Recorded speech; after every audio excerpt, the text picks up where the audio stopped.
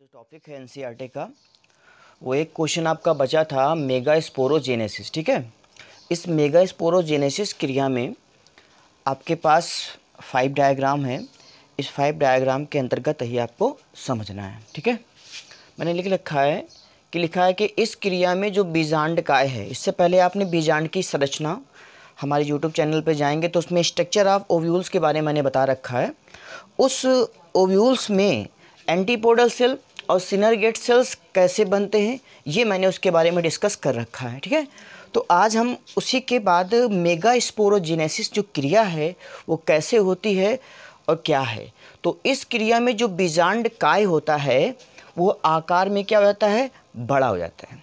जब आकार में बड़ा हो जाता है, बड़ा होकर ये अन्य कोशिका से भिन्न हो जाता है और भिन्न होकर प्राइमरी आर्चीस्पोरियल सेल का निर्माण करता है। प्राइमरी आर्चीस्पोरियल सेल्स में क्या होता है, डिवीज़न होता है।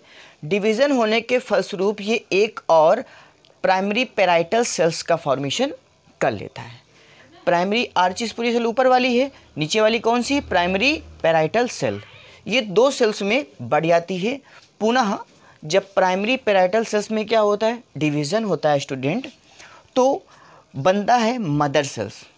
ठीक है ना, क्या बनता है, मदर सेल्स। मदर सेल्स जब बीजांडकाय में बन जाता है तो इस मदर सेल्स में पुनः अर्धसूत्री विभाजन होने के फलस्वरूप ये क्या करता है, 4 कोशिकाओं में ये बढ़ जाता है। इन चारों कोशिकाओं में बढ़ जाने के कारण इसको बोलते हैं टेट्रॉड पोजीशन, यानी कि चतुष्क पोजीशन। इस चतुर्थ पोजीशन में 4 सेलों का निर्माण होता है बीजांडकाय के अंदर। 4 सेल काउंट कर सकते हैं आप, 1 2 3 और 4। 4 सेल हैं। 4 सेलों में से 1 2 जो 3 सेल होती है वो कोई कार्य नहीं करती है।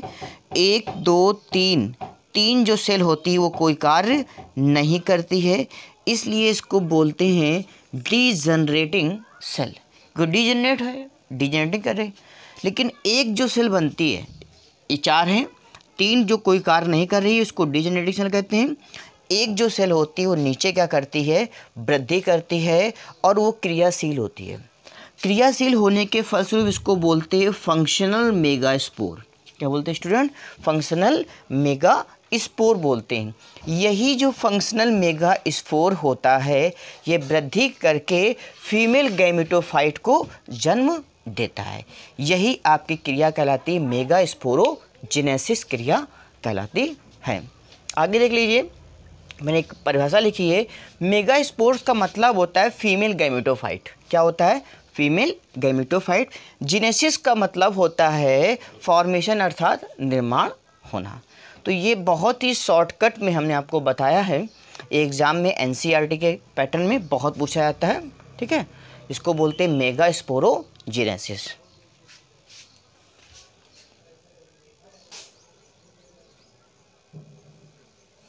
देखिए स्टूडेंट, टॉपिक है आपका पॉलिनेशन अर्थात परागण। हिंदी में परागण लिखा है और इंग्लिश में यहाँ पे क्या लिखा है, पॉलिनेशन। ये चैप्टर बहुत ही ज़्यादा इम्पोर्टेंट है और इसमें पॉलिनेशन के बारे में पूछा गया है। स्टूडेंट मैं आपको बता दूं कि पॉलिनेशन के जो प्रकार होते हैं वो मोस्टली 2 ही प्रकार के होते हैं। जैसे हमने बोला, एक है सेल्फ पॉलिनेशन और सेकेंड नंबर कौन सा है, क्रॉस पॉलिनेशन। सेल्फ का मतलब होता है स्वपरागण और क्रॉस का मीन्स होता है पर परागण, यानी दूसरों पर, यानी दूसरे की सहायता से जो परागण होता है, किसी के माध्यम से जो परागण होता है तो उसमें क्या कहते हैं, पर परागण कहते हैं। यानी हम कह सकते हैं स्टूडेंट कि स्वपरागण में माध्यम की आवश्यकता नहीं होती है, लेकिन इसमें माध्यम की आवश्यकता क्या होती है, इसमें माध्यम की आवश्यकता होती है। यानी कि कह सकते हैं कि ये जो परागण होता है, कौन सा, क्रॉस पॉलिनेशन जो होता है, उसमें किसी न किसी जीव की या किसी न किसी के माध्यम की आवश्यकता होती है। अर्थात ये परागण माध्यम के द्वारा होता है। इसमें किसी माध्यम की आवश्यकता नहीं होती है, इस स्वपरागण है। तो स्टूडेंट सबसे पहले हम हेडिंग के बारे में अगर पढ़ लें, आइए जानते हैं स्वपरागण क्या होता है। ठीक है ना, पहली हेडिंग जाने कि स्वपरागण क्या है। बहुत ही सरल डेफिनेशन आपको बताएंगे। जब एक पुष्प के, सुनना ध्यान से, हमें क्या बताया, जब एक पुष्प के कहाँ से, पराग कोश से क्या निकलकर, पराग कण निकलकर।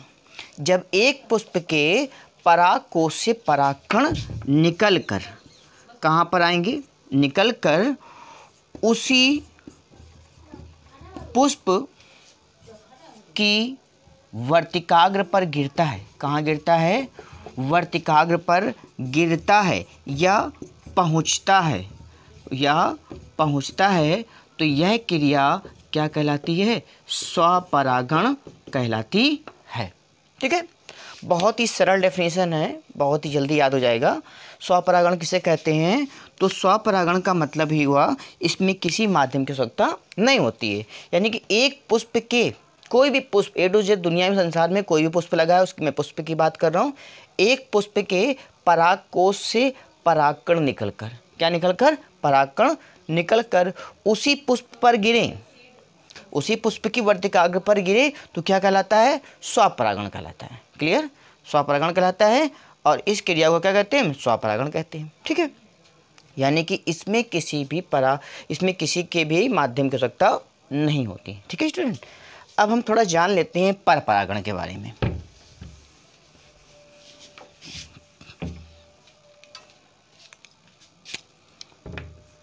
परपरागण देखिएगा, परपरागण में सेम डेफिनेशन वही थी, जब एक पुष्प के किससे, परागकोश से क्या निकलेगा, परागकोश से क्या निकलकर, पराग कण निकलकर उसी जाति के दूसरे पुष्प की, उसी जाति के दूसरे पुष्प की कहाँ पर जाएगा, वर्तिकाग्र पर जब जाता है, वर्तिकाग्र पर पहुँचता है, तो यह क्रिया क्या कहलाती है, यह क्रिया परपरागण कहलाती है। ठीक है, जब एक पुष्प के परागकोश से परागकण निकलेगा और निकलकर उसी जाति के दूसरे पुष्प पे जाएगा। मान लीजिए यहाँ पर एक पौधा लगा था ऐसे करके, ठीक है ना, यहाँ पर एक पुष्प लगा था, ठीक, ये पुष्प है और ये आपके पुंकेसर, ये पुष्प, और यहाँ पर दूसरा पौधा लगा था, ठीक है ना, और इसमें भी एक पुष्प, ठीक है, इसमें वर्तिका विभाग है। अब इसका परागकण, ये दोनों एक ही जाति के हैं, इसके परागकण निकलेंगे कहाँ पर जाएगा, इस पुष्प की, उसी जाति के दूसरे पुष्प की वर्तिकाग्र पर गिरता है, दूसरा पुष्प है, उसी जाति का दूसरा पौधा है, दूसरा पौधा भी है और दूसरा पुष्प भी है, उसी पुष्प पर क्या कर रहा है, जा रहा है, क्या जा रहा है, परागकण जा रहा है, तो क्या कहलाता है, परागण कहलाता है। कौन सा परागण, परपरागण, दूसरों पर परपरागण।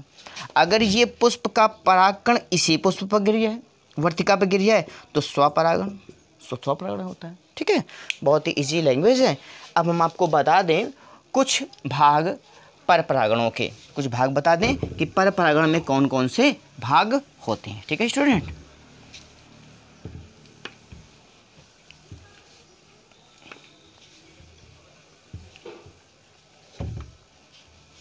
देखिए,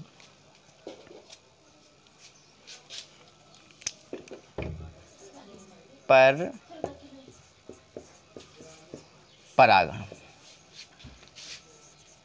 के प्रकार, परपरागण के, अब हम अगर प्रकार की बात कर लें तो परपरागण के जो प्रकार होते हैं वो निम्न प्रकार के होते हैं। नंबर 1 होता है आपका वायु परागण। ठीक है स्टूडेंट, दूसरा जो होता है वो होता है जंतु परागण। ठीक, कौन सा परागण होता है, जंतु परागण। तीसरा अगर हम बात कर लें तो कीट परागण, यानी कि कीटों के माध्यम से होने वाले परागण को क्या कहते हैं, कीट परागण। चौथा अगर हम बात कर ले तो पक्षी परागण। कौन सा परागण, पक्षी परागण। ठीक है, पक्षियों के माध्यम से होने वाले परागण को पक्षी परागण कहते हैं। पांचवा जो होता है वो होता है जल परागण। ये 5 प्रकार के परागण हैं स्टूडेंट, जो पांचों परागण आपके एग्जाम में पूछे जाते हैं और बहुत ही वेरी वेरी मोस्ट इम्पॉर्टेंट है आपका, ठीक है ना। एक और बात कर बता दें हम आपको, जो वायु परागण हैं, इस वायु परागण में आपके एग्जाम में पूछा जाएगा मक्का में परागण, मक्के या मक्का में, मक्के में परागण, क्योंकि ये एनसीईआरटी का है, ये आपके सिलेबस का। मक्के में परागण एग्जाम में पूछा जाता है कि मक्के में परागण कैसे होता है, तो वायु के माध्यम से परागण होता है, ठीक है। जंतु परागण में आपको पता ही है। कीट परागण की अगर हम बात कर लें तो कीट परागण में एक आपका आता है सैल्विया पुष्प, सैल्विया पुष्प के बारे में पूछेगा कि सैल्विया पुष्प में परागण कैसे होता है। ये एनसीईआरटी का है आपका, पहली बार सुनना होगा आपके, लेकिन ये एनसीईआरटी का है। सभी बोर्ड के लिए मैं पढ़ाता हूँ, सब आप सब मैच कराएंगे बुक से, पूरा आपको डिट्टो ऐसे ही मिलेगा, ठीक है सर। तो इसलिए विशेष ध्यान रखिए। पक्षी परागण की अगर हम बात कर ले तो बिगोनोरिया एक पौधा होता है,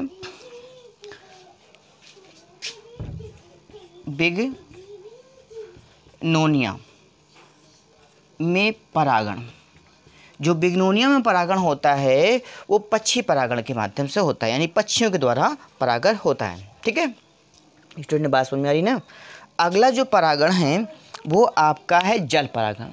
अच्छा, एनसीईआरटी के अकॉर्डिंग आपका जो जल परागण है वो है एक पौधा है वैली सनेरिया। वैली सनेरिया जो है, लिख दूँ मैं पहले, वैली सनेरिया, ये आपका जो वैली सनेरिया है, जो वैली सनेरिया है, इस वैली सनेरिया में परागण पूछा जाएगा, यानी वैली सनेरिया में परागण, ठीक है। जंतुओं के माध्यम से जो होता है वो परागण जंतु परागण कहलाता है, ठीक है ना। इसमें घोंघा के भी परागण आएगा, यानी कि कमल में भी परागण आ सकता है, जंतु परागण आ सकता है, ठीक है ना। तो जंतुओं में कई सारे आ जाएंगे, ठीक है। तो हम बात कर लें वायु परागण, तो मक्के में परागण आपको पढ़ना है। जंतु के परागण, जंतुओं का डेफिनेशन आपको बता देंगे भी हम क्या होती है डेफिनेशन। कीट परागण में सैल्विया, डायरेक्ट आपसे पूछेगा कि सैल्विया पुष्प में परागण को समझाइए, तो आपको बताना है।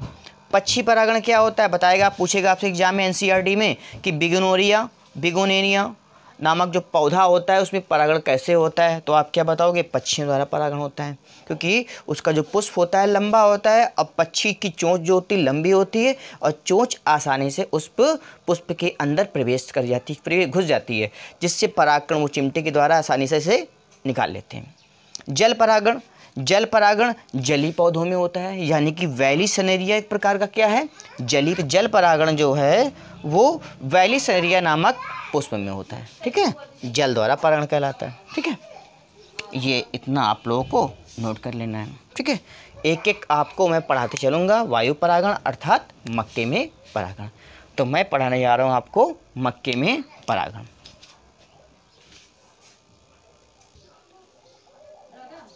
देखो स्टूडेंट, आप पढ़ने जा रहे हैं हम लोग मक्के में परागण। किस में परागण, मक्के में परागण, मक्के में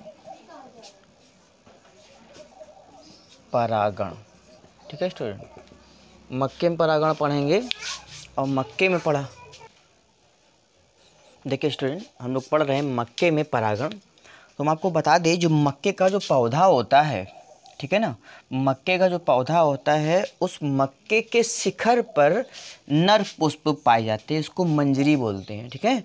नर पुष्प पाए जाते हैं और इन नर पुष्पों में क्या भरे होते हैं, परागकण भरे होते हैं, यानी परागकोश होता है और उस परागकोशों में क्या भरे होते हैं, परागकण भरे होते हैं। लेकिन जो इसका मादा होता है, वर्तिकाग्र होती है, ये पत्ती के ठीक नीचे वाले भाग में पाई जाती है। मक्का देखा होगा, भुट्टा इसको बोलते हैं। तो भुट्टा जो होता है उसके लंबे लंबे ऐसे रेशे निकले होते हैं, ठीक है ना, रेशे होते हैं, धागे के समान ये रचना होती है, धागे नुमा रचना होती है। इसकी लंबाई लगभग 25 सेंटीमीटर होती है स्टूडेंट, ठीक है। तो क्या होता है कि जब ये जो आपका नर पुष्प का परागकण है, परागकोश है, जब परागकोश क्या हो जाता है, परिपक्व हो जाता है, परिपक्व का मतलब होता है मेच्योर हो जाना। मेच्योर हो जाता है तो मेच्योर हो जाने के बाद जब वायु की तेज़ हवा चलती है तो परिपक्व होकर ये पराग कोश क्या हो जाता है, फट जाता है। फट जाने के फलस्वरूप इसमें भरा हुआ क्या, पराग कण इधर उधर बिखर जाता है। अब ये पराग कोश है, पराग कोश में क्या भरे हैं, पराग कण। हवा चलेगी तो कुछ पराग कण इधर गिरेंगे, ठीक है ना, कुछ पराग कण इधर गिरेंगे, कुछ ऐसे नीचे भी गिर सकते हैं, कुछ इधर भी गिर सकते हैं। ठीक, आप देख रहे हैं मेरे एरो को कि कुछ पराग कण यहाँ से ऐसे भी गिरे और कहाँ पर आ गए, धागे नुमा रचना, जो भूरे रंग की बाल नुमा रचना पाई जाती है वो होती है मक्के की वर्तिकाग्र। क्या होती है, मक्के की वर्तिकाग्र। उस वर्तिकाग्र से आकर ये क्या हो जाते हैं, चिपक जाते हैं। जैसे ही चिपक जाते हैं तो इसमें क्या हो जाता है, परागण हो जाता है। और यह जो परागण कहलाता है ये वायु द्वारा परागण कहलाता है, जो कि मक्के में होता है। वायु द्वारा परागण जो होता है मक्के में होता है। इतनी जल्दी परागण क्यों हो जाता है स्टूडेंट, क्यों मैं बता दें आपको, ये जो पराग कण होते हैं बहुत ही हल्के होते हैं और सूक्ष्म होते हैं। इस जरा से भी हवा आने पर इधर उधर चारों ओर बिखर जाते हैं और कुछ पराग कण वर्तिकाग्र पर चिपक जाते हैं, जिससे उसमें क्या होता है, परागण हो जाता है। इस प्रकार मक्के के पौधे के जो पुष्प होते हैं उसमें वायु द्वारा क्या होता है, परागण होता है। ये 2 नंबर में एग्जाम में पूछा जाता है एनसीईआरटी में, ठीक है स्टूडेंट।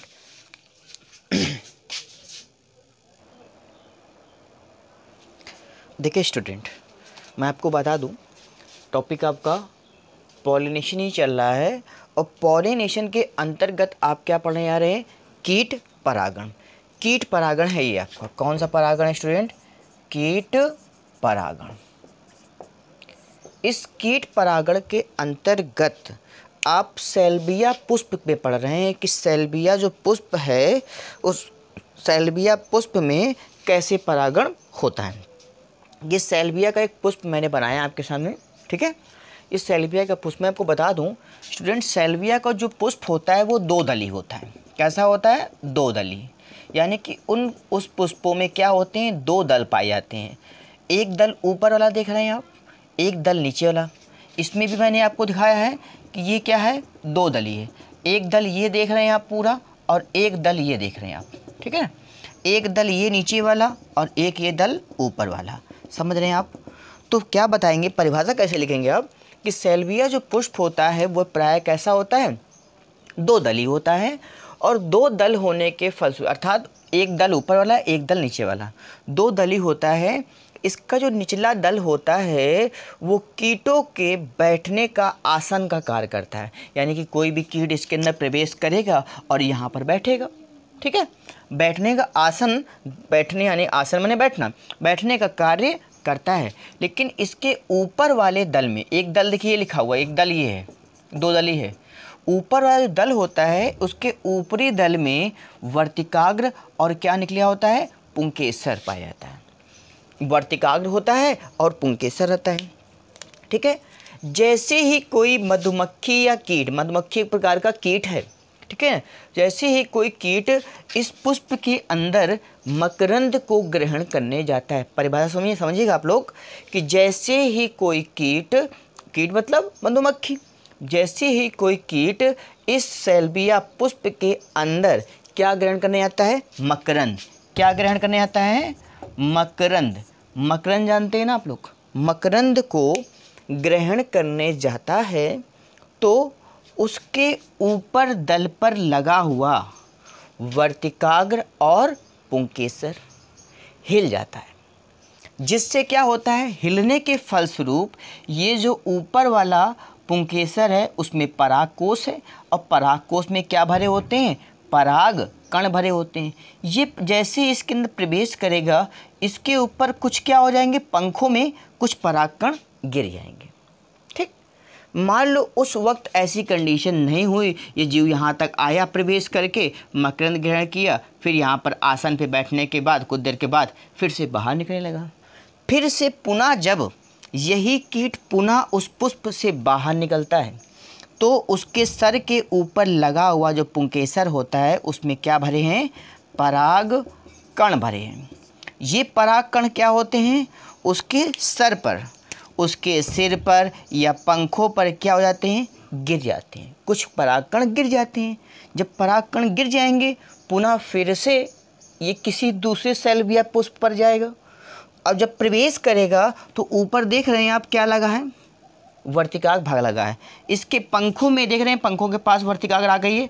तो पंखों में लगा हुआ जो परागकण होगा जब ये ऐसे प्रवेश करेगा फिर से पुनः पुष्प में जाकर, तो इसके जो परागकण चिपके हैं इससे क्या हो जाएंगे, इससे चिपक जाएंगे। जिससे क्या हो जाएगा, चिपकेगा वर्तिकाग्र से। वर्तिकाग्र से जब चिपक जाएगा तो सैल्विया पुष्प में क्या हो जाएगा, परागण हो जाएगा। क्या हो जाएगा, परागण हो जाएगा।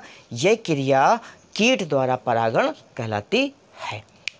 ठीक है, क्लियर। बहुत इंपॉर्टेंट है, 2 नंबर में एनसीईआरटी में पूछा जाता है स्टूडेंट। ठीक है, इसको नोट कर लिए भली भांति आप।